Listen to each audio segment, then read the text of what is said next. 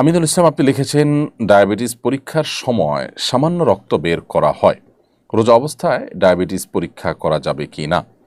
ভাই আমিনুল ইসলাম, ডায়াবেটিস পরীক্ষার সময় সামান্য যে সুইয়ের অগ্রভাগে যে পরিমাণ পানি থাকে ওই পরিমাণ রক্ত যে বের হয়, এর ফলশ্রুতিতে আপনার অজুও ভঙ্গ হবে না যদি এটা গড়িয়ে পড়ার মতো অতটুকু না হয়। আর যদি বড় এক ফোঁটা হয়, যেটা আসলে গড়িয়ে পড়ার মতো হয়, তাহলে সেক্ষেত্রে রোজা ভঙ্গ হবে। আর রোজা অবস্থাতে এই টেস্ট করলে রোজার কোনো ক্ষতি হবে না, কারণ শরীর থেকে 1, 2, 4, 10 ফোঁটা 20 ফোঁটা এরকম রক্ত পড়লে রোজার কোনো ক্ষতি হয় না। যদি এত বেশি রক্ত পড়ে যার ফলে আসলে রোজাদার ব্যক্তির জন্য রোজা রাখাটা চ্যালেঞ্জিং হয়ে যায়, দুর্বল হয়ে যায়, তাহলে সেটা অ্যাভয়েড করতে শরীয়ত নির্দেশ করেছে, যদি সেটা অ্যাভয়েড করার মতো হয়। তবে আপনার 1 ফোঁটা 2 ফোঁটা রক্ত আপনি নিলেন, অথবা 1 সিরিঞ্জ রক্তই নিলেন, বা 2-4 সিরিঞ্জ রক্ত নিলেন, যেটা আপনি ব্লাড টেস্ট ইত্যাদি করার জন্য, সেক্ষেত্রে এর কারণে রোজার কোনো ক্ষতি হবে না, রোজা রেখে এগুলো করা যাবে ইনশাআল্লাহ তাআলা। এরপরের প্রশ্ন হলো, রমজান কবে থেকে শুরু হচ্ছে দয়া করে জানাবেন কি? প্রিয় দর্শক, রমাদান আমরা কবে থেকে ঠিক শুরু করতে যাচ্ছি সেটি এই মুহূর্তে বলা কিছুটা কঠিন, তবে আমরা কিছুটা ধারণা দিতে পারি।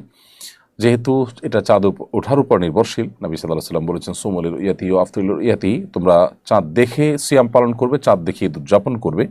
অতএব চাঁদ দেখার উপর এটি নির্ভরশীল। আজকে বাংলাদেশে 28 শাবান গত হয়েছে, বিধায় আজকে চাঁদ ওঠার কোনো সম্ভাবনা একেবারেই ছিল না।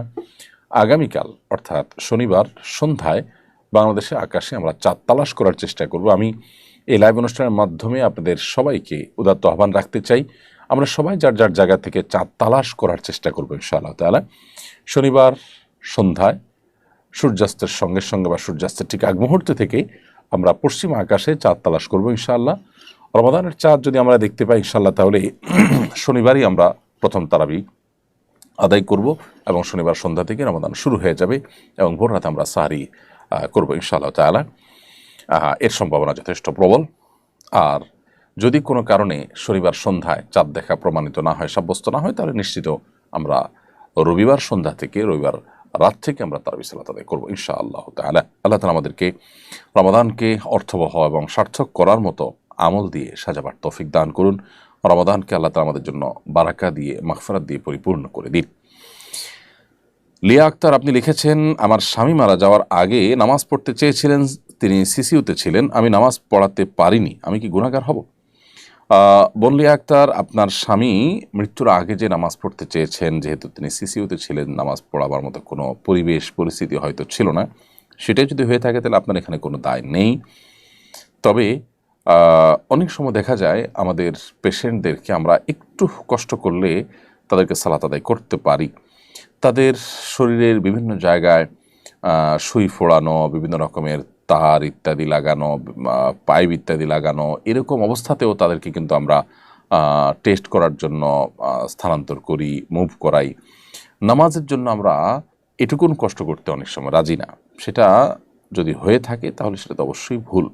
কিন্তু আপনি যেটুকু বলেছেন তাতে যা বোঝাতে চেয়েছেন যে সিসিউতে নামাজ পড়ার মতো কোনো অবস্থাতে ছিলেন না, হয়তো সেন্সলেস ছিলেন বা কিছু, তাহলে সেক্ষেত্রে আপনার কোনো দায় সেখানে নেই ইনশাআল্লাহ তাআলা। সাম্প্রতিক আইনশৃঙ্খলা পরিস্থিতি অবনতির প্রেক্ষাপটে চোর ছিনতাইকারীদেরকে গণধোলাই দেওয়ার পক্ষে সোশ্যাল মিডিয়া বেশ হাইপ উঠেছে। অনেকে বর্তমানে এটাকে সমাধান ভাবছেন। এ বিষয়ে শরীয়তের নির্দেশনা কি?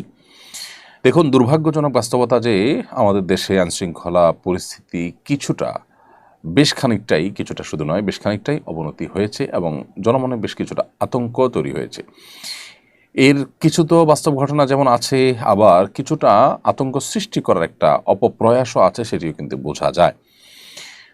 ব্যাপার যাই ঘটুক না কেন, যে কিছু কিছু ঘটনা ঘটছে এবং চুরি ডাকাতি বেড়েছে, এটা তো ওপেন সিক্রেট, আমরা সবাই জানি।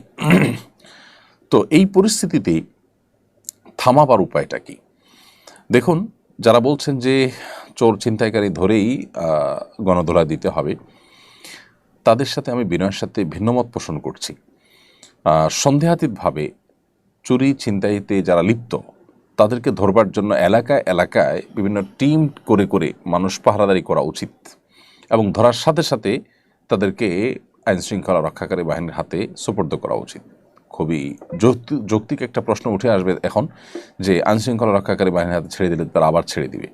এই জায়গাটাতে আমাদের খুব বেশি মনোযোগ দেওয়া দরকার, শক্তি ব্যয় করা দরকার, যে আইনশৃঙ্খলা রক্ষাকারী বাহিনীরা যাতে কোনোভাবে এদেরকে ছাড় দিতে না পারে, ছেড়ে দিতে না পারে, সে ব্যাপারে নজরদারি করা, সে ব্যাপারে আমাদের বিশেষভাবে মনোযোগী হওয়া, আন্দোলন সংগ্রাম করা, এটা জরুরি।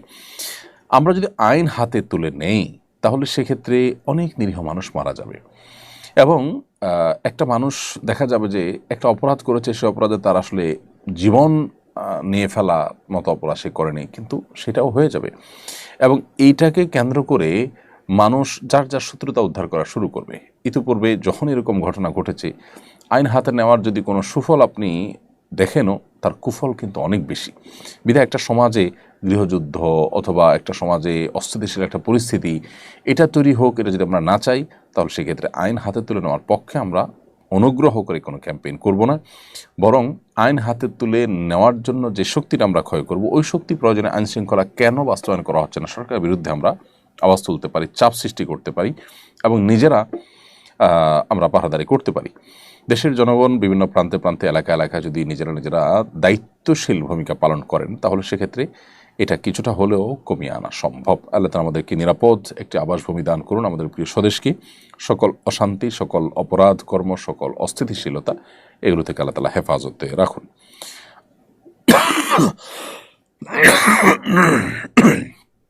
দুঃখিত। বর্তমান সময়ে আমাদের সন্তানকে পড়াশোনার প্রয়োজনীয় এবং যোগাযোগ রক্ষার্থে মোবাইল, কম্পিউটার, ট্যাব সহ ইলেকট্রনিক ডিভাইস দিতে হচ্ছে, কিন্তু দুশ্চিন্তাও হচ্ছে যে তারা এসবের অসৎ ব্যবহার করছে কিনা, কোনো আপত্তিকর ওয়েবসাইটে ঢুকে যাচ্ছে কিনা। এক্ষেত্রে আমাদের করণীয় কি, আপনার সুচিন্তিত পরামর্শ কামনা করছি। দেখুন, সন্তানদেরকে পড়াশোনার প্রয়োজনে আমাদেরকে যে বিভিন্ন ডিভাইস দিতেই হয়, এই ডিভাইসগুলোতে বিভিন্ন অ্যাপস হয়ে তারা নানা অনভিপ্রেত ভিডিও বা ছবি এগুলো দেখে তারা বিপদগামিতার পথে চলে যাওয়ার আশঙ্কা সমূহ এবং জোরালো। শুধু শিশুরা কেন, আমরা বড়রাই কি নিরাপদ? আমরাও বিপদগামিতার পথে পা বাড়াবার সমূহ আশঙ্কা থাকে। এই হারাম থেকে বাঁচা এবং চরিত্র রক্ষা করার সংগ্রামে যদি আমাদেরকে টিকে থাকতে হয় এবং জয়ী হতে হয়, তাহলে সর্বপ্রথম কাজ হবে বিশেষ করে সন্তানদের ব্যাপারে তাদেরকে আমাদের নজরদারিতে রাখতে হবে। ডিভাইসগুলো আমাদের সামনে ব্যবহার করতে দিতে হবে। এমন হতে পারে যেমন আপনার কম্পিউটার বা ল্যাপটপ বাসার এমন একটা জায়গায় আপনি স্থাপন করলেন যে বাচ্চা কি ব্রাউজ করছে না করছে তার সবগুলো আপনি দেখতে পাচ্ছেন, আপনার নখদর্পণে থাকে। এটা করা উচিত। এটা যদি আমরা না করি তাহলে আমাদের অজান্তে, আমাদের অগোচরে সন্তান ভুল কোনো পথে পা বাড়াতে পারে। এটা একটি বিষয়। দ্বিতীয়ত হলো, আমরা জানি যে আজকাল বেশ কিছু অ্যাপ, বেশ কিছু প্রোগ্রাম বের হয়েছে যেগুলো আমাদের সন্তানদেরকে এবং আমাদেরকেও এরকম হারাম বিভিন্ন চিত্র বা ফুটেজ, ভিডিও এগুলো দেখা থেকে বেঁচে থাকতে সাহায্য করে, সহযোগিতা করে। যেমন কাহাফ গার্ড, এটি বেশ চমৎকার একটি অ্যাপ। আমি নিজেও আমার মোবাইলে এটিকে ডাউনলোড করেছি। এটির ফলে যেটি হয়, যে কোনো হারাম চিত্র বা হারাম কোনো ফুটেজ আমাদের মোবাইলে যদি আসে, সেটি অটোমেটিক ব্লার হয়ে যায়। তাহলে আমাদের সন্তানদের চোখ এবং ঈমান, তাদের চরিত্র এগুলোকে হেফাজত করবার জন্য আমরা এই জাতীয় কাহাফ গার্ড বা এরকম আর কোনোটা থাকলে, বিশেষ করে কাহাফ গার্ডটা আমি জানি যে এই অ্যাপ আমরা ডাউনলোড করে তারপর সেই ডিভাইস সন্তানের হাতে দিতে পারি। তাতে ইনশাআল্লাহ সন্তান অনেকখানি সেফ থাকবে, আল্লাহ যদি হেফাজত করেন তাদেরকে। নওশিন আক্তার আপনি লিখেছেন, মাহরাম হিসাবে ছোট ভাইকে সফর সঙ্গী করতে হলে তার সর্বনিম্ন কত বছর বয়স হতে হবে? বোন নওশিন আক্তার,